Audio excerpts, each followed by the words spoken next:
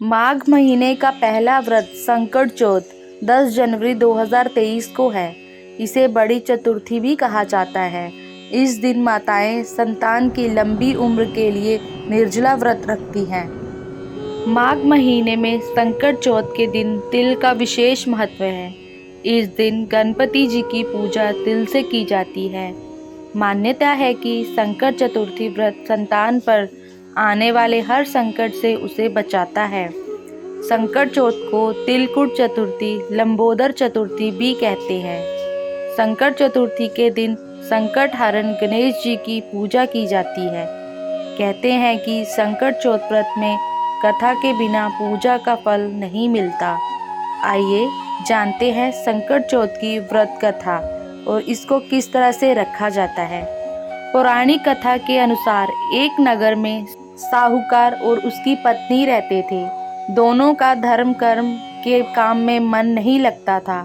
एक दिन साहूकारनी अपने पड़ोसन के घर गई। पड़ोसन को संकट चौथ की पूजा कर उसने इस व्रत का महत्व पूछा। साहूकारनी को संकट चौथ व्रत या तिलकुट चौथ व्रत की महिमा बताते हुए पड़ोसन बोली कि गणपति जी की कृपा से व्यक्ति को अखंड सौभाग्य, पुत्र, धन, धान्य, बुद्धि, सिद्धि सब कुछ प्राप्त होता है। साहूकारनी ने व्रत का लाभ जानकर संकट चौथ व्रत करने का संकल्प लिया। साहूकारनी ने कहा कि वह माँ बनती है तो संकट चौथ व्रत करेगी और गणेश जी को 1.25 सेर तिलकुट चढ़ाएगी। गणेश जी की कृपा से वह गर्भवती हो गई। अब साहूकारनी की लालच और बढ़ गई। उसने कहा कि उसे बेटा हुआ तो 2.5 सेर तिलकुट करेगी। साहूकारनी को एक सुयोग्य पुत्र की प्राप्ति हुई। फिर उसकी लालसा और बढ़ गई। अब वह बोली कि अगर उसके बेटे का विवाह हो जाता है तो वह 5.25 सेर तिलकुट करेगी। गजानन के वरदान से उसका विवाह भी हो गया, लेकिन वह तिलकुट चतुर्थी करना भूल गई थी। उसको याद ही नहीं रहा।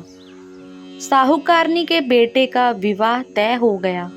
लोभी साहूकारनी को सबक सिखाने के लिए गणपति जी ने अपनी माया से शादी वाले दिन उसके बेटे को गायब कर दूर कहीं जंगल में पहुंचा दिया। माता पिता और सभी वर के गुम हो जाने पर चिंतित होने लगे। विवाह टल गया। एक दिन साहूकारनी की होने वाली बहू सखियों के संग जंगल में ध्रुवा लेने गई थी।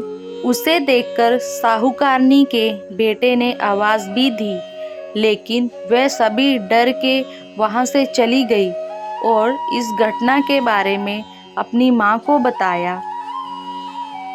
गांव वालों और साहूकारनी के समधियों ने वहां जाकर देखा तो उनका दामाद घने जंगल में एक पेड़ पर बैठा था। उसने अपनी सभी को अपनी माँ की गलती बताई और कहा कि माँ ने संकट चौथ व्रत करने का वचन दिया था, लेकिन उसे पूरा नहीं किया, जिसके कारण संकट देव यानी गणपति जी नाराज हैं। साहूकारनी को जब ये बात पता चली तो उसे अपनी गलती का एहसास हुआ और उसने गणपति जी से क्षमा याचना कर संकट चौथ का व्रत और तिलकुट किया।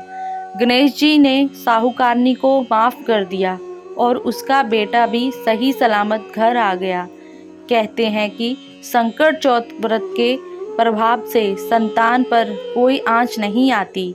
तभी से ये व्रत किया जाने लगा। दोस्तों, तो ये थी संकट चौथ व्रत कथा। धन्यवाद।